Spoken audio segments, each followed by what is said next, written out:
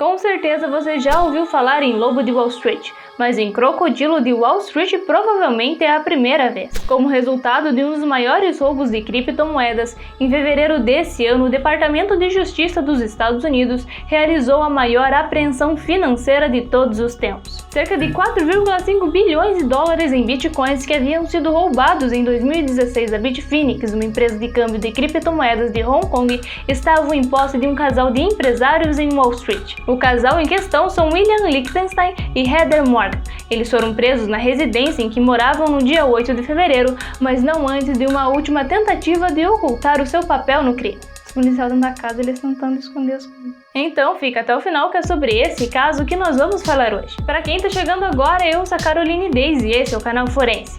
Aqui eu conto de forma simples e direta todos os fatos que você precisa saber para entender a história por trás de cada caso criminal ou de qualquer história curiosa. Se inscreva aqui no canal, deixe aqui nos comentários o que você achou desse vídeo e não se esqueça de já deixar o seu like, que assim vocês me ajudam a engajar mais o canal e dessa forma eu também consigo entender melhor se vocês estão gostando do conteúdo. Então, bora pro vídeo.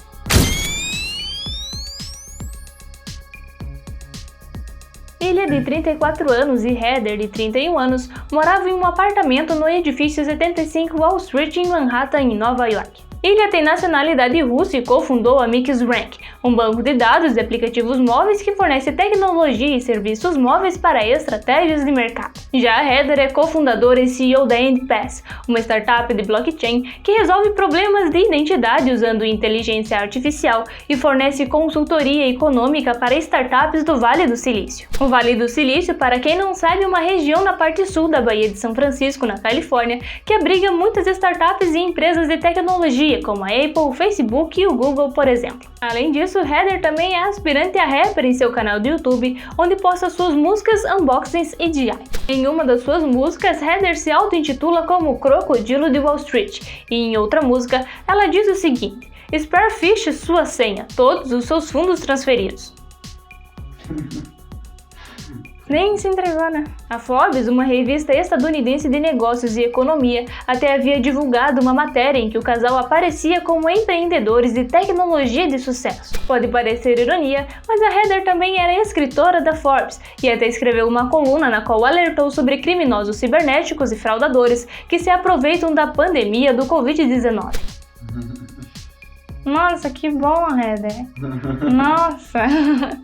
Então, em 5 de janeiro de 2022, quando a polícia chegou até a casa do casal para cumprir o mandado de busca, Heather pediu para pegar o gato que estava escondido debaixo da cama. Enquanto ela chamava o gato, os policiais perceberam que Heather, na verdade, estava tentando bloquear o seu celular. Essa teria sido um dos últimos esforços do casal para tentar esconder seu papel na lavagem de bilhões de dólares em Bitcoin. Durante a busca na residência, os agentes encontraram vários telefones e cartões SIM, incluindo uma bolsa com a etiqueta Burner Phone, que significa telefone descartável, e mais de 50 aparelhos eletrônicos. De acordo com o site do jornal The Washington Post, os promotores disseram que as autoridades encontraram 2 livros ocos no escritório do William e mais de 40 mil dólares em dinheiro. Para quem tinha 4 bilhões... Livros ocos? Livros ocos. É, ele fez um buraco na dos livros. Não seria livros falsos? Não, livro oco? Não sei. O casal também teria comprado ouro pela internet e até forneceram seu verdadeiro endereço residencial para o envio. Porém, os policiais não encontraram esse ouro na casa ou no depósito do casal. No entanto, eles foram presos apenas no dia 8 de fevereiro, depois que a polícia conseguiu acessar os logins e senhas das contas de criptomoeda do casal, descriptografando um arquivo salvo no armazenamento em nuvem do William. Sendo assim, as autoridades apreenderam aproximadamente 94.636 bitcoins, que equivaliam na época a 3,6 bilhões de dólares. De acordo com o documento oficial divulgado pelo Departamento de Justiça dos Estados Unidos, o crime teve início por volta de agosto de 2016, quando um hacker invadiu os sistemas de segurança de uma empresa de câmbio de moeda virtual e fez mais de 2.000 transações não autorizadas, transferindo aproximadamente 119.754 bitcoins para uma carteira externa. No documento em questão, a empresa vítima de hacking é chamada apenas como vítima VCE, sigla em inglês para câmbio de moeda virtual,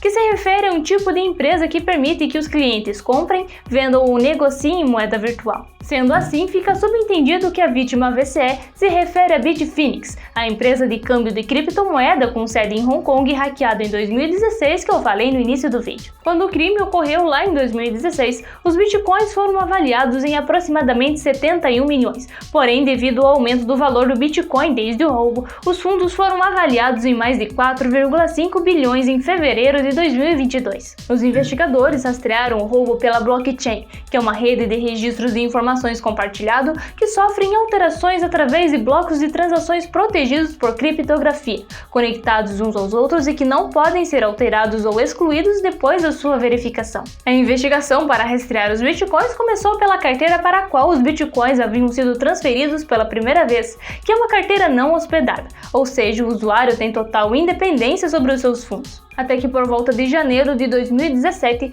uma parte do Bitcoin roubado saiu dessa carteira e passou a ser transferido em pequenas quantidades, passando por várias contas e plataformas diferentes, registradas em nome do casal e seus negócios, além de outras contas criadas com identidades falsas. A segunda parte da investigação foi em torno de contas no Alphabay, que era uma plataforma de comércio na Darknet, onde eram vendidos bens e serviços ilegais, como drogas, informações financeiras roubadas e ferramentas de hack. O Alphabay foi fechado em 2017 pelo Departamento de Justiça dos Estados Unidos. As contas no Alphabay foram usadas para repassar o Bitcoin roubado a partir da técnica Peel-Chain, que é uma técnica para lavar uma grande quantidade de criptomoeda por meio de uma longa série de transações menores, o que permitiu que o casal quebrasse a trilha do Bitcoin na blockchain. O Bitcoin era transferido para contas no Alphabay, retirado e depositado em empresas VCE hospedadas em todo o mundo, o que deu início a outras 3 etapas para o rastreamento do Bitcoin. Primeiro, o rastreamento foi em torno de 7 contas interconectadas em uma VCE sediada nos Estados Unidos e algumas outras contas em outras VCEs. Em seguida, os investigadores rastrearam várias carteiras Bitcoin não hospedadas e, por último, as contas registradas em nome do casal e suas empresas em outras 6 VCEs diferentes. Em certo momento, o casal também converteu o Bitcoin disponível em uma das carteiras para Dash, uma outra moeda virtual, e pouco tempo depois, 2 contas na VCE sediada nos Estados Unidos receberam depósitos em Dash. 2 das contas do casal também fizeram transações para contas registradas em nome da Heather, em nome da empresa EndPass e para uma outra empresa chamada SalesFolk, que atua em copywriting de e-mail. Em relação a essa última empresa, quando questionada, Heather teria afirmado aos funcionários da VCE onde a carteira foi registrada que os bitcoins que estavam sendo transferidos para a carteira seriam pagamentos de clientes B2B, ou seja, pagamento de empresa para empresa. Os registros mostram que essas 2 carteiras que fizeram as transações foram criadas por volta de novembro de 2017 e registrados em nomes russos e usando e-mail russo. O que certamente contribuiu para a investigação é o fato de que essas contas compartilhavam vários pontos em comum, como por exemplo, estarem vinculadas a endereços de e-mail hospedados pelo mesmo provedor na Índia, terem sido acessados pelos mesmos endereços IP, terem sido criados na mesma época do hack, por volta de agosto de 2016, além do fato das contas terem sido abandonadas após uma solicitação de informações adicionais. Em dados momentos, os funcionários de algumas dessas VCEs solicitaram que os titulares das contas fornecessem informações de identificação adicionais para verificar a propriedade da conta, porém eles não receberam nenhuma resposta. As empresas então congelaram as contas, já que empresas desse setor são obrigadas a estabelecer programas de combate à lavagem de dinheiro nos Estados Unidos. Lembrando que boa parte dessas contas foram criadas pelo casal usando identidades falsas. Então, em 31 de janeiro, quando os investigadores conseguiram acesso à carteira principal depois de descriptografar um arquivo salvo no armazenamento em nuvem do Ilha depois de cumprir o mandado de busca, eles encontraram uma lista com 2.000 endereços de moeda virtual,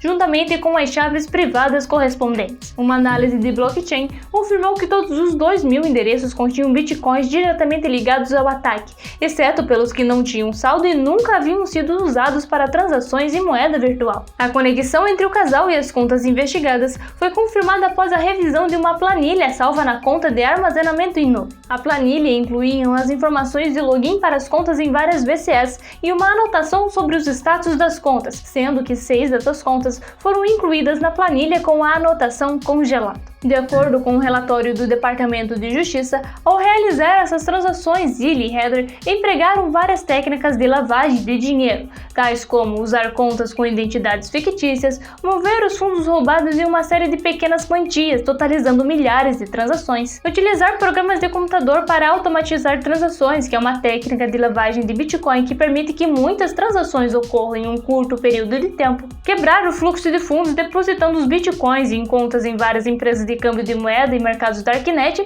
e em seguida retirar os Bitcoins, converter o Bitcoin em outras formas de moeda virtual, que é uma prática conhecida como chain hopping, e usar contas comerciais sediadas nos Estados Unidos para legitimar a atividade. De acordo com a Forbes, em agosto de 2019 o casal viajou para a Ucrânia por um mês e, segundo os promotores, durante esse período Illy criou e modificou vários arquivos que continham notas sobre lavagem de dinheiro e documentação de identificação falsa com conexões ucranianas. Além de que durante esse período, eles receberam pacotes da Rússia para a Ucrânia, possivelmente de vendedores da Darknet, vendendo passaportes falsos. O arquivo de notas lista as informações de entrega como Eleven Mihordine Hotel em Kiev, que é o mesmo hotel em que Heather teria postado algumas fotos, indicando que ela estava hospedada nas proximidades. Ainda de acordo com a Forbes, o governo diz que existe um recibo do Uber mostrando que Heather pegou um carro no Design Hotel em 11 de setembro de 2019. Um dos documentos encontrados no armazenamento em nuvem do Illy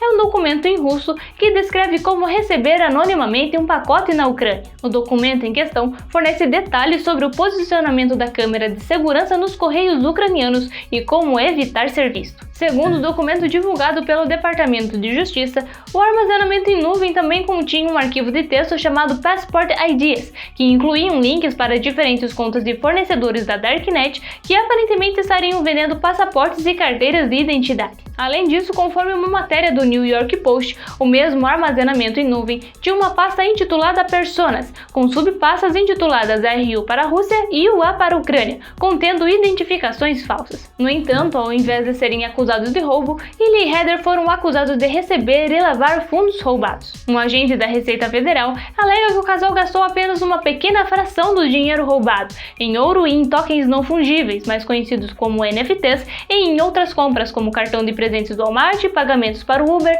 hotels.com e para o PlayStation. Segundo o site do jornal The Washington Post, uma juíza de Washington rejeitou o pagamento de fiança do Illy no valor de 5 milhões e a casa dos seus pais e ordenou que ele fosse detido. Já para Heather, a juíza aceitou o pagamento de fiança no valor de 3 milhões, que também incluía a casa dos seus pais. Sendo assim, ela foi liberada para prisão domiciliar com monitoramento de pulseira eletrônica e limites para acessar as contas de moeda virtual. O casal será julgado e, caso eles sejam condenados, os dois podem ficar presos por até 25 anos. Vale ressaltar que, de acordo com o documento divulgado pelo Departamento de Justiça, os detalhes contidos no documento em questão não são todos os fatos que o governo tem conhecimento, mas sim apenas as informações que comprovam a participação do casal no crime. Antes de encerrar, eu gostaria de me desculpar aqui pela falta de vídeo no canal. Eu ando meio sem tempo para produzir os roteiros, mas sempre que possível estarei trazendo mais conteúdo. Deixe aqui nos comentários sua sugestão, seu like e se inscreva no canal. E então é isso aí. Eu sou a Caroline Days e até o próximo vídeo.